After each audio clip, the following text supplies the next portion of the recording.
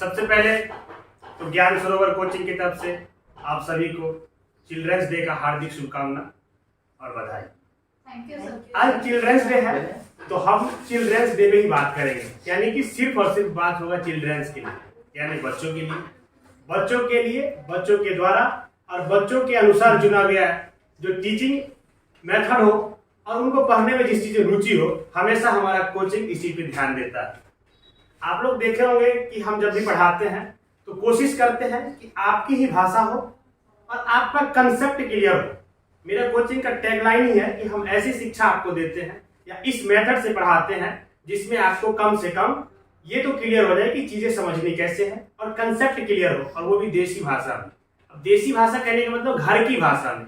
हमारा एनसीएफ जो गवर्नमेंट ने बनाई है एजुकेशन के लिए, एनसीएफ 2005 भी यही कहता है कि बच्चों को शिक्षा उस लैंग्वेज में दीजिए जो उनकी घर की भाषा है, जिससे वो कनेक्ट कर पाए। अब बताओ, हम तुमको शिक्षा दे रहे हैं, मैथ पढ़ा रहे हैं और एग्जाम्पल लेके आ रहे हैं अमेरिका से, एग्जाम्पल लेके आ रहे हैं लंदन का, जो चीज तुम देखा ही नहीं है रियल लाइफ में, तो क्या वो चीज तुम अपने आप को रिलेट कर पाओगे इसमें? इसलिए हम कोशिश करते हैं कि तुम लोग को जब भी पढ़ाते हैं तो तुम्हारे लेवल का और हमारे लेवल का जो भाषा है, यानी जो भाषा हमारे बिहार का है, जो चीज हम आसानी से समझ पाते हैं उसमें दे। इसीलिए तुम लोग कहते हैं कि सर आप पढ़ाते हैं तो समझ में आ जाता है, स्कूल में समझ में नहीं आता। उसके पीछे का मेन रीजन यही है कि हम कोशिश करते हैं कि आपको ऐसा शिक्षा दिया जाए और इस मेथड से शिक्षा दिया जाए जो आपके लिए है, आपके द्वारा चुना गया है। जैसे लोकतंत्र में कहते हैं ना कि जनता के लिए, जनता के द्वारा चुना हुआ सरकार होता है, वैसे ही ये जो एजुकेशन है अभी जिसमें हम लोग बात करते हैं, तो हम लोग चाइल्ड सेंटर्ड एजुकेशन की बात करते हैं, बच्चे की अनुसार शिक्षा की बात करते हैं, न कि टीचर सेंटर्ड होना चाहिए। अब बताओ, हम यहाँ पे आए, बोर्ड पे कोई चीज लिख दे और चॉक एंड टॉक मेथड का अप्लाई करें, लिखे और समझा दे, तुम समझा नहीं समझा तुम्हारे दिमाग के ऊपर से गया, हमको इससे कोई मतलब नहीं, तो क्या तुम्हारी लाइफ में वो यूजफुल हो पाएगा? तो ये चीज हम लोग नहीं करते हैं। हम लोग कोशिश करते हैं कि आपको समझ में आ जाए। अगर समझ में आ जाएगी तो नंबर भी अच्छा आएगी। और जहां तक की बात है, इस बार भी हमारे कोचिंग के छात्रों ने अच्छा स्कोर किया है, ओवरऑल 4 रैंक तक लेके आए हैं। तो इस चीज पे ध्यान नहीं देना है कि हमको मार्क्स लाना है, मार्क्स तो आएगा, जब चीजें समझ में आ जाएगी तो मार्क्स अच्छा आएगा, इस बात की गारंटी है। और वैसे मार्क्स लेकर क्या करोगे जो सिर्फ रट के लाए हो?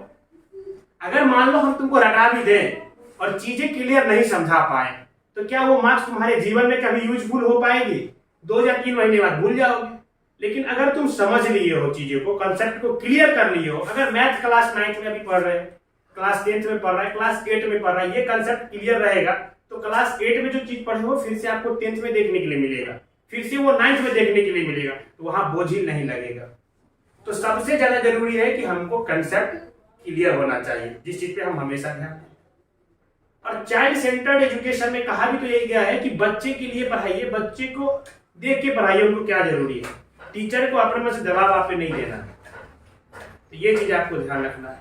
और आप लोग अच्छा कर रहे हैं, हम इस चीज पे कभी भी जोर नहीं देते कि आप एकदम टॉप रैंक लाइए, आप 1 रैंक क्यों नहीं लाए। हम इस चीज पे जरूर ध्यान देते हैं कि आपको ये एक्सरसाइज करवाया गया तो इसका हर क्वेश्चन आपको क्यों नहीं आ रहा, नहीं आ रहा है तो कहीं कमी है, तो उसको हम लोग क्या करेंगे, डायग्नोस करेंगे तभी तो पता चलेगा कि आपने क्या चीज नहीं सीखा, उसको सिखाएंगे। लेकिन इस चीज पे ध्यान दें कि नंबर क्यों नहीं लाना, प्रेशर में ला दे, प्रेशर कुकर तो तुम लोग हो नहीं। तो इस चीज पे हम लोग हमेशा फोकस करते हैं कि बच्चे के नंबर आएंगी तब अच्छे आएगा जब आप कंसेप्ट क्लियर कर पाए। और क्लास 8 में हो, 9 में हो, तो तुम लोग इस तरीके से पढ़ो कि अभी क्लास 8 के बच्चे को पढ़ा सके, जो भी टॉपिक पढ़ रहे हो उस दिन तुम अपने आप मास्टरी कर जाओगे, चाहे मैथ हो या साइंस हो। हमेशा इस चीज का ध्यान रखना है पढ़ते वक्त कि हम जो चीज पढ़ रहे हैं उसमें इतना अच्छा जरूर करें जिससे हम अपने साथियों को पढ़ा दो, कोई सब्जेक्ट इजीली पढ़ा सकते हो, इसमें कुछ नहीं है, तो और भी बेहतर कर पाओगे।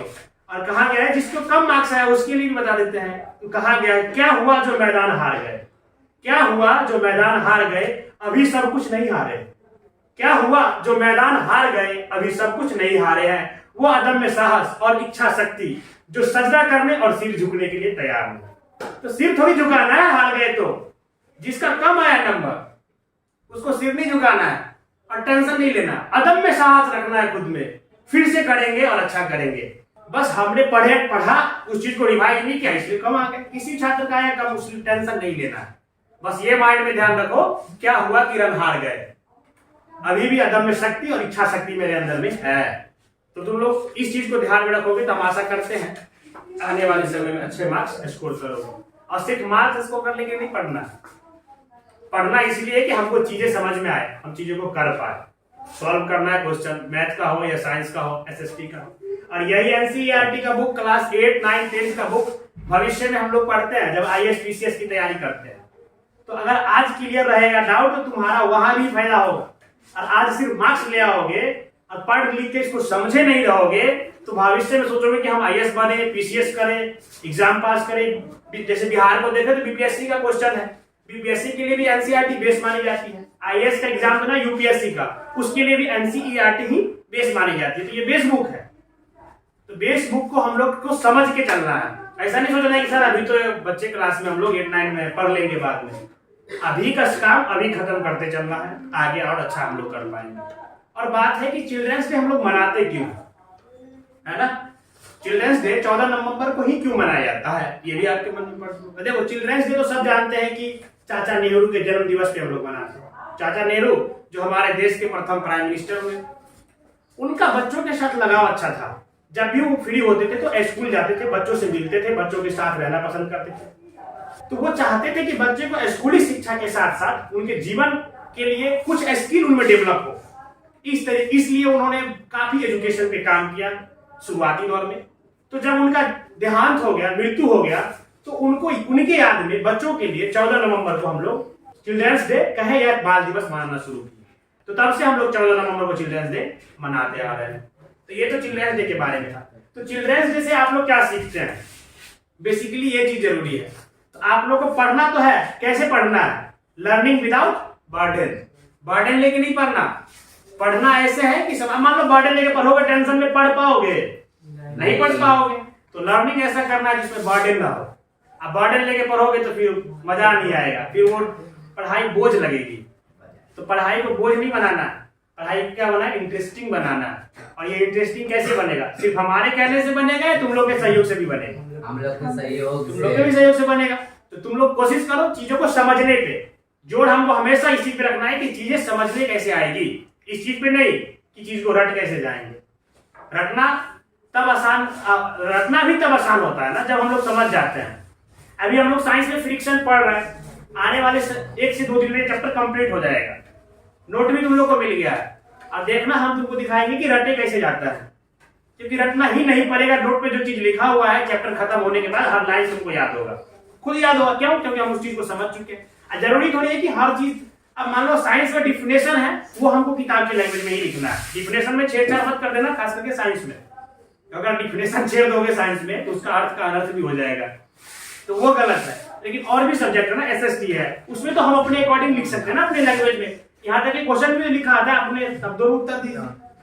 तो इस चीज को हम लोग को ध्यान रखना है कि चीजों को समझना। हम बार बार इस पूरे बातें के दौरान एक ही चीज बार बार कह रहे हैं कि चीजों को समझना है, कंसेप्ट को क्लियर करना है। और मेरा कोचिंग इसी चीज पे हमेशा जोर देता है कि कंसेप्ट क्लियर होना जरूरी है, चीजों को समझना जरूरी है, ना कि रटना जरूरी है।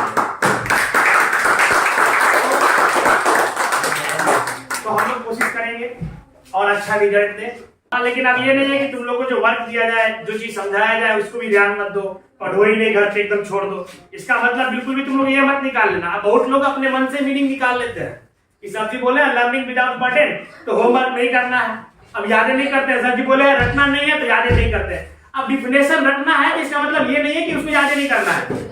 अब डिफिनेशन खुद ब खुद थोड़ी याद हो जाएगी, रिवाइज करना है टाइम टू टाइम। रिवाइज करना तो जरूरी है समय से, तो उस चीज को ध्यान रखो कि रिवीजन जरूरी है और वो करना पड़ेगा।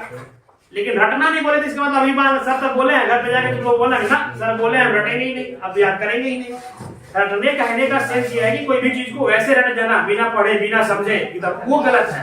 अब डिफिनेशन है तो उसको याद करना पड़ेगा, सब चीज थोड़ी दिमाग में रहता। याद करने का तरीका हम लोग बता चुके हैं कि याद करना है तो बार बार रिवाइज करो, यानी कि एक दिन बैठ जाओ रटने के लिए। तुम लोग जैसे करते हो एग्जाम के समय लास्ट में बैठ जाते एक दिन सारा चीज रटना शुरू कर देते, वैसा नहीं करना है।